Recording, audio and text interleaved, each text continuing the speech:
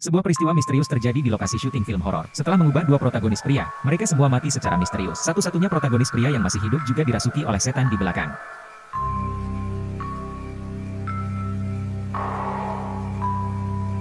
Rahasia apa yang disembunyikan naskah kematian ini? Potong omong kosong, kami akan segera mulai. Anthony adalah seorang aktor. Dia baru saja melalui titik terendah dalam hidupnya. Kecanduan dulu. Dan kemudian istri saya meninggal karena kanker. Anthony dan putri bungsunya Xia Rui juga menjadi semakin terasing. Untuk menyingkirkan masalah ini untuk sementara waktu, dia menerima tawaran untuk film horor. Saya harap saya bisa berinvestasi dengan sepenuh hati dalam angkatan kerja. Anthony telah membaca naskahnya akhir-akhir ini. Kadang-kadang, saya bahkan membaca baris dengan putri saya. Dia akan berperan sebagai pendeta kali ini. Garis-garisnya sangat rumit, tapi obat-obatan itu membuat ingatannya gagal. Anda perlu menghabiskan lebih banyak waktu untuk menghafal baris Anda, terlepas dari upaya Anthony. Tapi hasilnya tidak ideal, karena garisnya tersandung. Hal-hal tidak berjalan dengan baik. Untungnya, sutradara memikirkan cara. Anthony bersekolah di sekolah gereja selama 5 tahun. Saya tahu banyak kata-kata yang digunakan dalam doa-doa misa. Direktur hanya menempatkan kata-kata panduan ini, digunakan dalam skrip. Di pesta sebelum film dimulai. Dia juga memperkenalkan Pastor George kepada Anthony. George juga akan menjabat sebagai konsultan untuk bantu Anthony memahami perang pencernaan. Xia Rui menyeberangi kerumunan kembali ke kamar tidur. Alhasil, saya bertemu dengan gadis kulit hitam yang menjadi pahlawan film. Omong-omong, dia masih penggemar Black Girl. Meskipun keduanya bertemu untuk pertama kalinya sangat cocok. Juga membuat janji untuk bertemu di lokasi syuting. Karena Xia Rui dikeluarkan dari sekolah, jadi Andong Ari menjadikannya asistennya. Dengan kata lain, Xia Rui akan selalu mengikuti kru. Sebentar lagi hari pemotretan. Kedua wanita itu datang ke lokasi syuting bersama. Staf membawa mereka ke ruang ganti. Xia Rui bertemu gadis kulit hitam Julie di jalan, memegang sesuatu yang aneh ke arahnya. Asap atas. Gadis kulit hitam menjelaskan bahwa ini adalah konvensi untuk membuat film pengusiran setan yang terkenal seperti Omen Exorcist. Ada peristiwa paranormal di lokasi syuting. Jadi dia biasa menembak sebelumnya. Lakukan ritual pengusiran setan sederhana. Dan sebelum sutradara menemukan Anthony, pahlawan film ini meninggal secara tak terduga. Dia meninggal di lokasi syuting. Gadis kulit hitam itu berpikir lebih baik berhati-hati dengan hal semacam ini. Yang diajak mengobrol keduanya adalah kepala Anthony ada di atas meja. Karena itu sangat realistis sehingga menakutkan. Sekarang, staf sedang mendebuk model elektronik gadis kulit hitam. Karena produksinya tidak sempurna. Sirkuit pendek mesin. Sungguh pemandangan yang sangat aneh. Kakak kulit hitam menuntun Xia Rui untuk terus berkunjung. Xia Rui menjelaskan, dia menyerahkan tong kelima kepala sekolah. Cat merah. Karena pihak lain dengan jahat memecat konselor sekolah. Xia Rui tidak bisa melihatnya. Protes dengan cara ini. Di depan keduanya ada satu set kamar tidur. Sebuah ruangan kosong. Tidak ada yang menakutkan tentang itu. Agak menyeramkan. Di sisi lain, Anthony telah menyelesaikan riasannya. Gaun ini, buat dia merasa tak terlukiskan. Ini seperti kembali ke hari-hari berada di sekolah gereja. Itu bukan kenangan yang bagus. Pemotretan pertama segera dimulai. Anthony sebagai Pastor Arlington ketuk pintu kamar Miss Charlize Lane untuk mengusir putrinya. Semuanya berjalan baik di sini, dan Xia Rui sedang berbaring di tempat tidur saat ini. Lihat melalui perangkat lunak sosial gadis kulit hitam. Saya tidak sengaja terpeleset dan menyukainya. Tepat ketika dia merasa menyesal, tiba-tiba ada ketukan di pintu. Sepertinya datang dari kamar Anthony. Xia Rui pergi untuk memeriksanya segera, tetapi ternyata pintu itu tidak bisa dibuka sama sekali. Saat dia hendak kembali ke kamar tidur, pintu di belakangnya terbuka dengan sendirinya lagi. Mungkinkah ayahku telah kembali? Xia Rui mencoba memanggil nama ayahnya. Kemudian cepat berjalan untuk memeriksa. Tapi itu tidak membantu. Dia berbalik dan meninggalkan kamar tidur. Saya menemukan Anthony berdiri tidak jauh. Xia Rui mengejutkannya begitu dia mendekat. Anthony terbangun dari mimpi. Saya tidak tahu mengapa saya berdiri di lorong. Keduanya menunjukkan bahwa itu adalah berjalan dalam tidur yang disebabkan oleh stres. Mereka tidak menyadari skala masalahnya.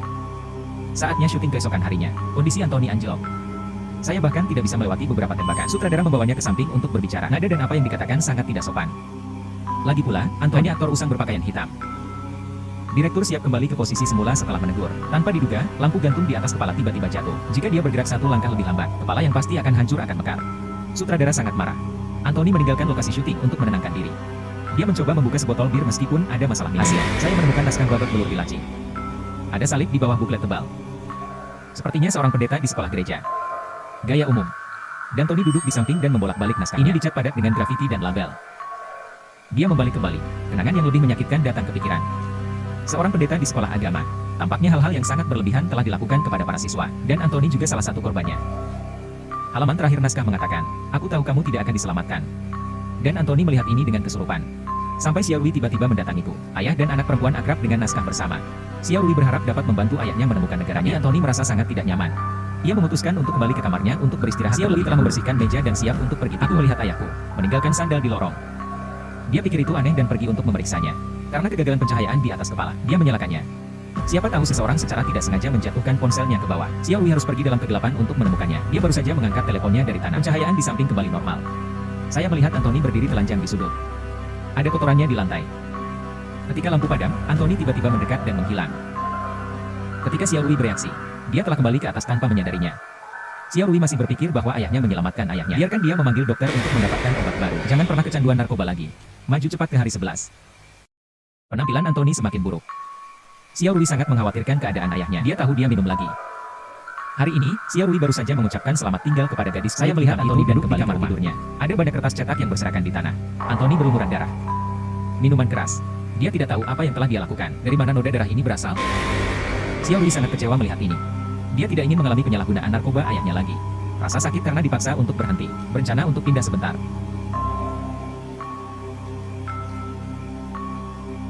Kemana kamu akan pergi?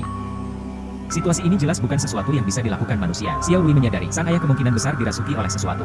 Saatnya untuk hari ke-15 pemotretan. Dia berkemas dan pergi menemui ayahnya. Dan Anthony menyadari, aku tidak sengaja akan menyakiti putriku. Biarkan dia berhenti dari asistennya dan kembali belajar. Gray tidak mengindahkan nasihat ayahnya.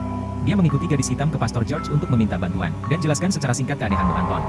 Dan memutar klip audio yang telah dia bocorkan. Anthony pada saat itu terus menggunakan bahasa Latin. Minan ada di sana, dan hanya Pastor George yang mengerti bahasa Latin. Dan dia mendengar Anthony berbicara tentang setan yang berjatuhan. Penurunan adalah iblis dalam film horor. George berpikir Anton, ini terlalu dipengaruhi oleh karakter. Mengungkit trauma pengalaman sekolah gereja. Itu tidak ada hubungannya dengan kerasukan iblis atau apapun. Dia berjanji pada Rui bahwa dia akan menemukan waktu untuk berbicara dengan Anthony. George membuka buku untuk mencari informasi tentang penurunan. Dia memiliki tanduk yang aneh, bayi dalam pelukan. Saat itu, metronom di atas meja tiba-tiba berbunyi. Pada saat yang sama, Anthony dihantui oleh mimpi buruk. Dia bermimpi bahwa pendeta sedang menuangkan anggur ke dalam mulutnya. Jemari dingin menyapu bibir merah bocah itu. Kemudian kamera yang kacau membekukan bingkai ke lokasi syuting. Tidak ada sudut, ada potret iblis jatuh. Di depannya terbaring bayi laki-laki yang terperangkap. Syuting berlanjut pada hari ke-18. Adegan ini, itu adalah Anthony yang mengusir karakter yang diperankan oleh Black Gal. Dia terbatuk di tengah tembakan. Saya bahkan tidak berhasil beberapa kali. Direktur telah melihat laporan skandal sekolah gereja itu. Dia mengingatkan Anthony saat berusia 12 tahun. Pikirkan kembali bagaimana pendeta sesat itu menindas siswa. Dan Anda memproyeksikan kemarahan itu ke dalam film. Siapa tahu Anthony akan selesai langsung ke kamera di lantai pertama. Dalam perjalanan, dia juga menariknya dari Roma yang seputih salju. Aku melihatnya berbalik di depan kamera.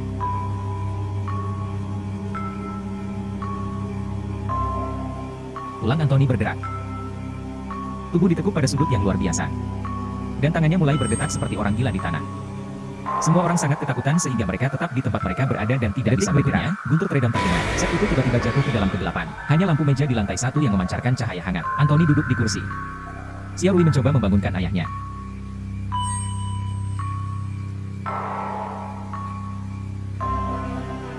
Direktur tidak bisa lagi mentolerir situasi ini. Saya berencana untuk menemukan pria nomor 2 untuk menggantikan Anthony. Malam ini, yang terakhir tinggal di lokasi syuting untuk membiasakan diri dan kemudian pencahayaan di atas kepala turun.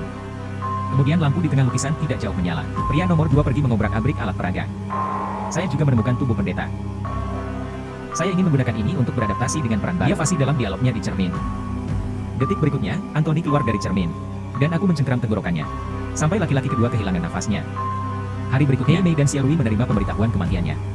Sutradara juga memutuskan untuk menangguhkan syuting. Sama seperti Xiao Rui menghibur gadis kulit hitam yang Anthony memuntahkan obat yang diresepkan oleh dokter. Dan kemudian Ray mendengarnya berteriak. Lari ke kamar tidur utama untuk memeriksa. Anthony memang sakit lagi. Dia meminta gadis kulit hitam untuk menemukan dan awasi ayah membantu. Itu Anthony yang mendorong Ray menjauh. Keduanya ingin memanggil polisi. Tapi Anthony dengan cepat menerkam. Dia meraih Xiao Rui dan jatuh ke meja. Meninggalkan noda darah di wajah gadis itu. Melihat ini, Black Face meraih ketel dan menghantamkannya ke Anthony. Yang terakhir tidak lagi mengganggu Xiao Rui. Sebaliknya, dia berlari ke jendela Prancis. Bagaimanapun, itu adalah tubuh ayahku. Xiao Rui ingin menghentikannya, tapi pihak lain sudah melemparkan kepalanya ke jendela. Tapi tidak ada tubuh di luar jendela. Xiao Rui dapat merasakan bahwa ayahnya masih ada. Jadi saya memohon kepada Pastor George, lakukan pengusiran setan untuknya. Ketika George siap, ke pengaturan kamar tidur itu. Detik berikutnya, lampu biksu garang pintu juga padam. Xiao Rui mengambil tiang lampu dan mengikuti untuk memeriksa. Dan mereka menemukannya kosong. Alkitab Imam masih ada di tanah. Dia akan melangkah maju dan mengambilnya. Alkitab tiba-tiba tergelincir ke sisi lain. Xiao Rui menekan rasa takut di hatinya dan mengambil buku itu. Tanpa diduga, Anthony tiba dengan tenang. Pastor George dan gadis hitam duduk di sisi kiri dan kanannya. Rupanya dikendalikan oleh Anthony. Xiao Rui hanya bisa membuka Alkitab. Renungkan iblis yang tersembunyi di dalam Anthony. Neraka tanpa henti. Pria ini sama sekali tidak layak diselamatkan. Dia gagal dalam tugasnya sebagai seorang ayah. Dia juga mengkhianati istrinya yang menderita kanker. Kenapa kamu belum menyerah padanya? Yang Rui tidak tersihir. Iblis sangat marah dengan sikapnya. Kamu bukan ayahku.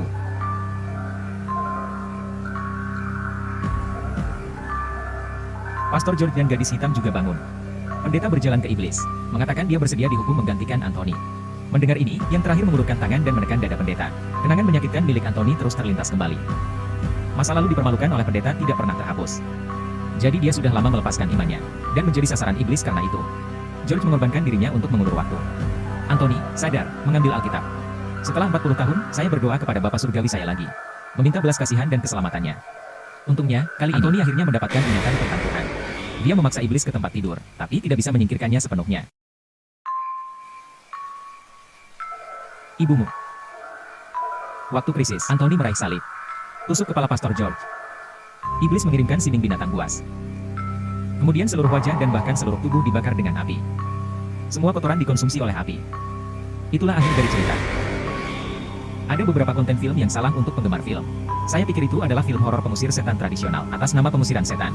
Ini menceritakan kisah seorang aktor yang berakhir oleh seorang pendeta saat remaja, mencapai penebusan pribadi dengan membuat film yang relevan, dan drama yang mengekspos sisi gelap studio film dan televisi. Semua tembakan ada di set redup. Beralih bolak-balik dengan rumah protagonis pria. Efek flash yang mengejutkan. Sulit untuk mengatakan apakah itu menciptakan atmosfer. Itu membuat orang hampir menderita epilepsi fotosensitif setelah membacanya. Di adegan terakhir, protagonis pria mengambil salib dan menikam iblis. Faktanya, itu berarti mengalahkan iblis. Keluar dari kegelapan.